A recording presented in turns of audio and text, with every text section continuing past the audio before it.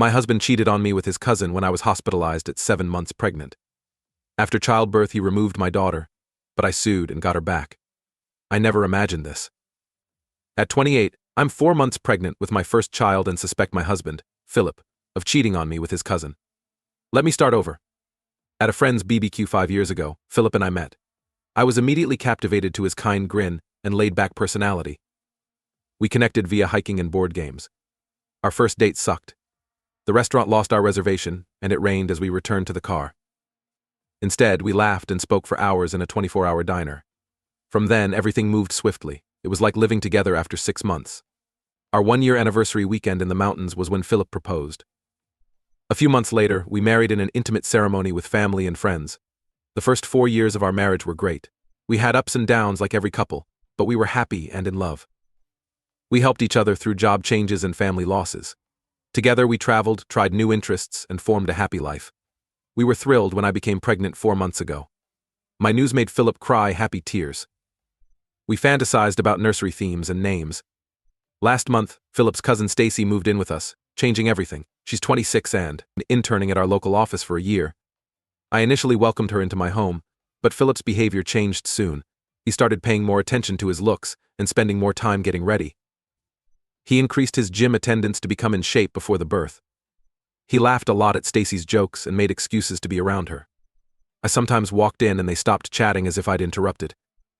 Never shy, Stacy has always flirted. Her favorite thing is being noticed, especially by guys. I tried to dismiss my paranoia as pregnancy hormones, but I couldn't avoid feeling something was wrong. My pregnancy started poorly. Unfortunately, my morning sickness has forced me to bed, rest several times. Since I'm sick, Philip hired a maid to cook and clean. Maria was a blessing. She's become a close buddy. Philip and Stacy have spent more time together as I've been sick. They buy for groceries, watch movies in the living room, and started nightly walks. Philip claims it's to keep Stacy company since I can't do those things. I feel excluded and suspicious. I've heard uncomfortable chats between them.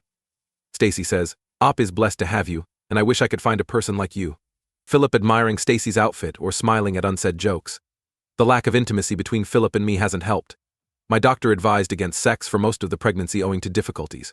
Philip is clearly frustrated. When he thinks I'm not watching, he stares at Stacy too long. Maria observed the shifts too. One day she whispered that Philip and Stacy may be involved. She saw them conversing and laughing in the kitchen late at night. She interrupted a private moment. When she appeared, they split swiftly. I confronted Philip about my suspicions after gathering the courage. I expressed my feelings. Something had shifted between us, and I asked about Stacy. He snapped, calling me neurotic and hormonal. He said I wasn't trusting him and inventing things, was hurt by his reaction. Even without any evidence, I felt he was ignoring my worries. I told him I wanted open communication, but he ended the conversation. Since then, our relationship has strained. I've stopped complaining, but distrust and hurt remain. Philip seems okay, but I can sense our gap growing. Scared and confused. After 4 months of pregnancy, I feel like I'm losing my husband. Maybe I'm overreacting. Maybe my instincts are right. What will happen when the baby comes worries me. Will things improve or worsen? I never anticipated suspecting my husband of cheating while pregnant. Solo and uncertain about the future. I'm crumbling within while trying to be strong for the baby. Not sure what to do. Update 1. 3 months have passed since my previous post, and I wish I had better news. My 7-month-old pregnancy difficulties have me in the hospital. Philip and Stacy's circumstances worsened. The hospital has kept me on bed rest for weeks. High blood pressure is harmful. Risk of preeclampsia. My physicians closely monitor me and the baby. Philip stays with me most of the time, dozing in the uncomfortable hospital chair. He returns home every few days to shower, change clothes, and bring supplies. Stacy has arrived several times with bright flowers and magazines. She appears to be a kind cousin-in-law. I can't shake the notion that her concern is fake. She gives Philip thoughtful looks while I'm not watching. The worst evenings for Philip are at home. I imagine what might be happening at home while lying in the hospital bed. My mind creates unpleasant possibilities. I talked to Maria, our maid, for a long time before going to the hospital. I told her about my suspicions and requested her to watch things while I was away. After all this, Maria consented without hesitation as a true friend. Maria's report crushed my heart. She's been inventing excuses to visit the house at different times, and her findings confirm my worst concerns. Maria often found Philip's clothes on Stacy's bedroom floor. Stacy's underpants was twisted in our married bed covers. She's heard odd noises and muted laughing behind closed doors. Philip and Stacy seem to have been on a fantasy honeymoon, while I've been in the hospital struggling to save our kid. The treachery hurts. I feel foolish trusting either of them forever. Maria secretly collected evidence. Rumpled bed sheets, misplaced clothes, and empty wine bottles. She's captured Philip and Stacy in compromising circumstances. Part of me doesn't want to see them. But I may need proof. Philip's conduct has changed as my due date approaches. I find him distracted and irritable in the hospital. He's always on his phone, smiling at unseen texts. When I inquire who he's talking to, he either says work or ignores me. Stacy has been AWOL lately. Last time she visited, I overheard her talking to Philip in the corridor.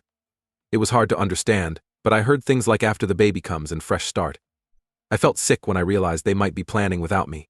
I've been trying to be calm for the baby, but stress is getting to me. My doctors observed my high heart rate and blood pressure. They keep encouraging me to relax. But my stress comes from more than pregnancy difficulties. Yesterday, everything culminated. My labor started 3 weeks early. The birth was long and hard. Our daughter arrived after 20 hours of labor. She's small yet healthy with strong lungs. Pain and betrayal vanished in that first instant of hugging her. I loved our child so much. I hoped her appearance would bring Philip back. My aspirations were dashed fast. Philip pressured me to sign release documents after the nurses cleaned up our daughter. He insisted on taking the infant home immediately. He became irritated when I worried about leaving the hospital so abruptly. I denied the nurses' offer of our daughter to Philip or Stacy. My instinct told me I couldn't trust them with her. A heated argument ensued in the delivery room. Philip called me irrational and hormonal. I supposedly tried to prevent him from his child. Philip left in a huff. He returned a day later with temporary custody forms he'd obtained. Before I could object, he took our baby daughter and left the hospital with Stacy smiling smugly. I'm writing from my hospital bed, recovering from giving delivery and reeling. In less than 24 hours, my daughter was taken from me. I alternate between numbness and anguish. The nurses have shown compassion and encouragement. They cannot fix the problem. The end of my marriage is real. Devastated by deception at our happiest time. No idea what's next. I'm afraid of what I'll find at home. Will Philip let me see our daughter? How did things go wrong so fast? Regaining strength is my priority. I know my fight is ahead. For my daughter, dignity, and future. Now I'm not as trustworthy as I was a few months ago. Whatever happens, I'll be strong for my daughter. Only she matters now. Final update. My previous update was 3 months ago, and much has changed. My gorgeous daughter is sleeping alongside me in my childhood bedroom at my parents' house. It was hard to get here, but I'm finally on the right track. After Philip took our daughter from the hospital, I was crushed. The nurses provided physical and mental assistance. They comforted me after the birth and listened to my horrific tale. One compassionate nurse let me connect with my brother Andrew and explain the issue. As a lawyer, Andrew acted quickly. After flying to my city the next day, he went to the hospital. His familiar face saved me amid a storm. For the first time in months, I felt supported. Andrew got me out of the hospital and took me to his friend's place to recover. I worried about leaving my newborn baby, but Andrew promised me we would get her back. He immediately began gathering evidence and compiling legal documentation. Maria, my fantastic maid and friend, saved me again. She showed her images, films, and a journal of Philip and Stacy's actions. Although hard to look at, he knew it was important for what was to come. Andrew requested emergency custody of my daughter due to Philip's insanity and affair. We filed for divorce using Maria's proof of Philip's infidelity. Lawyer meetings, court appearances, and emotional nights filled the next weeks. After what seemed like an age, the judge gave me full custody of my daughter.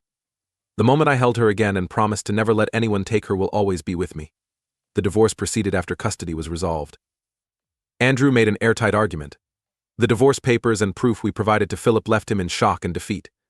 He realized he'd been captured and was trapped. Stacy was outraged when her ideas failed. She evidently assumed she and Philip would ride off into the sunset and raise my daughter. Her only possessions were a shattered reputation and a cheating spouse. Given the overwhelming evidence against Philip, the divorce was concluded shortly. I got our house, most of our assets, and full custody of our daughter. Philip hasn't used his supervised visiting rights. Andrew helped me and my daughter pack everything after the litigation settlement. We say goodbye to Maria, who was so important throughout our ordeal. I agreed to stay in touch and thanked her for everything. Now I'm living with my folks in my hometown while I decide what to do. It's not where I expected to be at 28, a single mother starting over. Love and support make all the difference. Daughter is doing well. My cheerful, healthy 3-month-old lights up my world. Every grin, every Koopy tells me that pain created something lovely. I'm glad she won't recall her first few days' chaos. My healing is slow. Sometimes the betrayal hits me hard and I wonder how I was so blind. But those days are dwindling. I'm in therapy to rebuild trust and self-love. I'm considering returning to school or changing careers. First time in a while I have options. Maybe it's okay that my life didn't go as planned. I'm stronger, wiser, and worried for my daughter. Philip has repeatedly tried to contact me with lame reasons and half-hearted apologies. I disregarded them all. I hear Stacy has returned home, her internship and hopes of playing house with Philip gone. I sometimes look at old Philip and me photos and remember our joyful moments. Knowing how it ended is bittersweet. The path brought me to my kid, so I don't regret anything. She's the best thing that's happened to me, therefore I'll keep going. I'm writing this while my baby girl sleeps, feeling at peace for the first time in a while. I'll face whatever comes next, even if it's hard. Not simply surviving anymore. I'm rebuilding, learning, and looking ahead. Whatever it is, I can handle it. Anyway, I'm not just myself anymore. Motherhood offers me strength I didn't know I possessed.